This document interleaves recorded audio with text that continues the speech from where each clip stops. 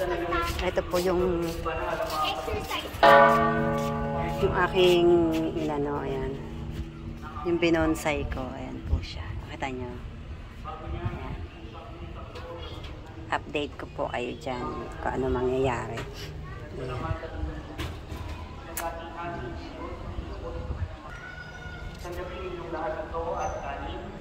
Ito po yung isa. Ayan. Ito po yung mga pinagputulan. Ayan. Dito po siya nilagay.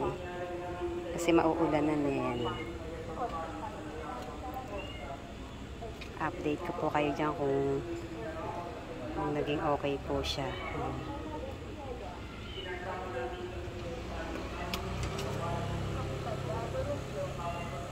Parang ito may tubo na, oh. Parang, kata nyo, ayan, oh, may tubo na siya. May mga ano na siya, eh.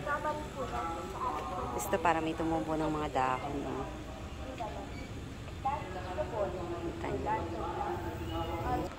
Ito po siya, oh. Meron siya, oh. Ayan. Yung binonsai ko, nabuha na ano siya, okay pala. May mga ano siya, tubo, oh. Ayan. Ayun, oh. Binalikan ko po, eh. Ayan, oh. May mga ano na siya, oh. Kita nyo to. Ayan. Ayan, may isa meron na. Tapos, ayan, oh. Nakita nyo. Buhay siya. Ayan. Nakita nyo yung mga parang mga ano na yan, tubo-tubo na yan. Ayan.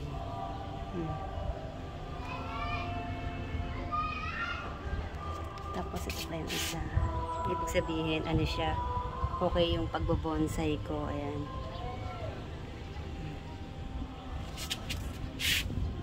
May mga tubo siya. Ito din isa.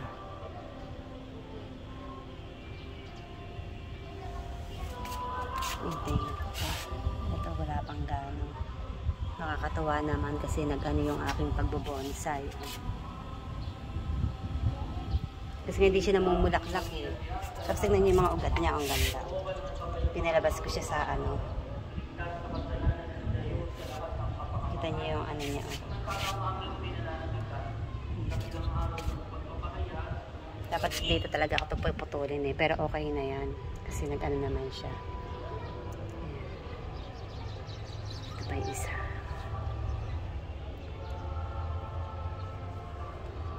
Salamat po. Nag-ano yung aking pagbubonsai. Akala ko hindi siya ano, eh. Nag-start po ako nito nung ano, nung nagtag-ulan nitong huli. Yung nagbaha po. Nag-alala pa ako kasi hindi ko siya ganong na ano nung pinutol ko sa ganito, eh. Baka ako magtubig kaya hinukay ko siya. Pinutol ko lang po yung mga sanga niya tapos nag-alala ako. Baka ako magtubig yun dito kasi nga nauulanan. Kaya binunot ko na siya ng tuluyan. Ayan. Dito ko siya nilagay sa terrace. Hindi ko siya inandit sa dito kasi masyado masikat ang araw din, eh. Ito kasi pagdating ng umaga nandito lang yung araw. Ayan. Ayan siya. Pagdating kasi ng tanghali medyo ano na ang araw dito. Kaya dito ko siya nilagay. Pero inaanuhan ko pa rin pag umulan, tatanggalin ko, isisilong ko doon. Kasi bago pa lang siya.